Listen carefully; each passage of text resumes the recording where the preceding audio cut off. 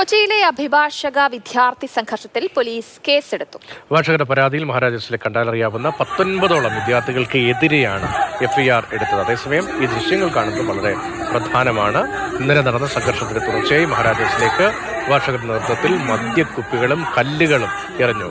വിദ്യാർത്ഥികൾക്ക് നേരെ അഭിഭാഷകരുടെ ഭാഗത്ത് നിന്ന് തിരിച്ചടി അല്ലെങ്കിൽ ആക്രമണം ഉണ്ടായി എന്ന് പറയാൻ കഴിയുന്ന അത് തെളിയിക്കുന്ന ദൃശ്യങ്ങളാണ് മാതൃഭൂമി ന്യൂസിന് ലഭിച്ചത്.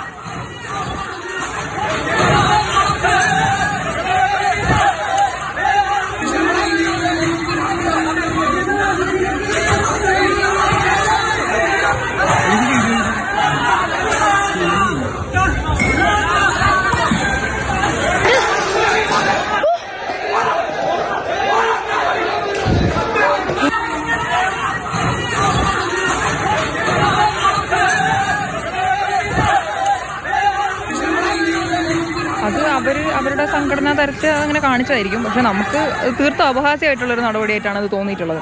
വേറൊന്നുമല്ല, ക്യാമ്പസിലെ വിദ്യാർത്ഥികളെ രാത്രി സംഘം ചേർന്ന് മർദ്ദിക്കുക, അതിനുശേഷം ക്യാമ്പസിൽ പകൽ എക്സാമുകൾ അടക്കം നടക്കുന്ന ഒരു സമയത്ത് അധ്യാപകരോടടക്കം മോശമായിട്ട് പെരുമാറി ക്യാമ്പസിൻ്റെ അകത്തേക്ക് യാതൊരു പ്രകോപനവും ഇല്ലാണ്ട് ഇങ്ങോട്ടേക്ക് ചില്ലും കുപ്പികൾ എറിയുക, എന്നിട്ട് അവർ ചെന്ന് മാർച്ചെടുക്കുക. അധ്യാപകനടക്കം അങ്ങോട്ടേക്ക് അവരോട് സമവായ ചർച്ചയ്ക്ക് വേണ്ടിയിട്ടാണ് അധ്യാപകൻ അങ്ങോട്ടേക്ക് പോകുന്നത്.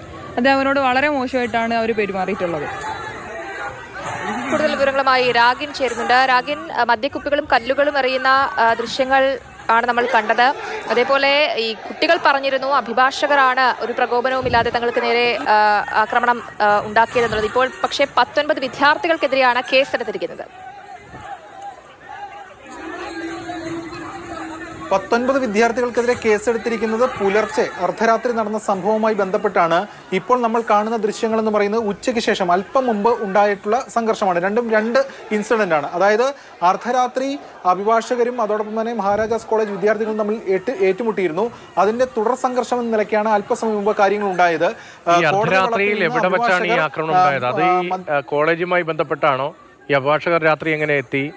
എവിടെ വച്ചായിരുന്നു സംഘർഷം? എങ്ങനെയാണ് ഈ സംഘർഷം തുടങ്ങിയത്? അക്കാര്യങ്ങളിലൊക്കെ എന്തെങ്കിലും പ്രാഥമികമായ വിവരങ്ങൾ പോലീസിന് ലഭിച്ചിട്ടുണ്ടോ? പോലീസ് ഇക്കാര്യത്തിൽ ഗൗരവതരമായ ഒരു അന്വേഷണം നടത്തുന്നുണ്ടോ? അതോ ഒരു ഒത്തുതീർപ്പെന്ന നിലയിലാണോ കാര്യങ്ങൾ പോകുന്നത്? രാഗിൻ,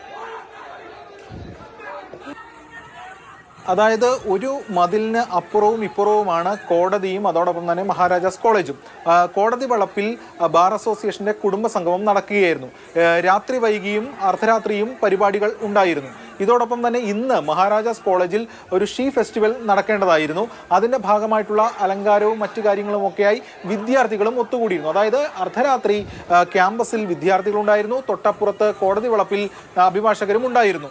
ഈ ഘട്ടത്തിലാണ് സംഘർഷം ഉണ്ടാകുന്നത്. രണ്ടുപേരും പറയുന്ന വെർഷൻ രണ്ടും രണ്ടാണ്. ഒന്ന്, അഭിഭാഷകർ പറയുന്നത് തങ്ങളുടെ പരിപാടിയിലേക്ക് നുഴഞ്ഞു കയറി ഈ വിദ്യാർത്ഥികൾ പ്രശ്നമുണ്ടാക്കുകയായിരുന്നു, അങ്ങനെയാണ് സംഘർഷങ്ങളുടെ തുടക്കമെന്നാണ്. വിദ്യാർത്ഥികൾ പറയുന്നത് അഭിഭാഷകരടക്കം മോശമായി വിദ്യാർത്ഥിനികളോടക്കം സംസാരിച്ചു, ഇതേ തുടർന്നാണ് സംഘർഷമെന്നാണ്. എന്തായാലും ഈ രണ്ട് വാദഗതികളും വ്യത്യസ്തമാണ്. ഇതുമായി ബന്ധപ്പെട്ടുകൊണ്ട് അഭിഭാഷകർ പരാതി നൽകിയിട്ടുണ്ട്. അതിന്റെ അടിസ്ഥാനത്തിലാണ് പുലർച്ചെയുണ്ടായ അർദ്ധരാത്രിയുണ്ടായ സംഭവത്തിൽ ഈ 19ഓളം വിദ്യാർത്ഥികൾക്കെതിരെ കേസെടുത്തിരിക്കുന്നത്. അങ്ങനെ അവിടെ പോലീസ് ക്യാമ്പ് ചെയ്യുന്നു, അവിടെ വലിയ സുരക്ഷാ ക്രമീകരണങ്ങൾ ഒരുക്കുന്നു. അങ്ങനെ മുന്നോട്ട് പോകുന്ന ഘട്ടത്തിലാണ് അല്പസമയം മുമ്പ് അവിടെ തുടർ സംഘർഷം ഉണ്ടാകുന്നത്. അതായത് അഭിഭാഷകർ മദ്യക്കുപ്പികളും അതോടൊപ്പം തന്നെ കല്ലുകളും മറ്റും കോളേജിലേക്ക് വലിച്ചെറിയുകയായിരുന്നു എന്നതാണ് പരാതി. ആ സംഭവം സ്ഥിരീകരിക്കുന്ന ദൃശ്യങ്ങളും ഇപ്പോൾ പുറത്തേക്ക് വന്നിട്ടുണ്ട്. അതായത് തുടർ സംഘർഷത്തിന്റെ ദൃശ്യങ്ങൾ. എന്തായാലും ഇപ്പോഴും സ്ഥലത്ത് പോലീസ് ക്യാമ്പ് ചെയ്യുകയാണ്. ഈ സംഘർഷം ഇങ്ങനെ വിടാതെ മുന്നോട്ട് പോകുന്ന ഒരു പശ്ചാത്തലത്തിൽ വിദ്യാർത്ഥികൾ ക്യാമ്പസിൽ അവിടെ ഒത്തുകൂടിയിട്ടുണ്ട്, അതോടൊപ്പം തന്നെ അഭിഭാഷകരുമുണ്ട്. എന്തായാലും പോലീസ് കൂടുതലായി സ്ഥലത്തേക്ക് എത്തിയിട്ടുണ്ട്.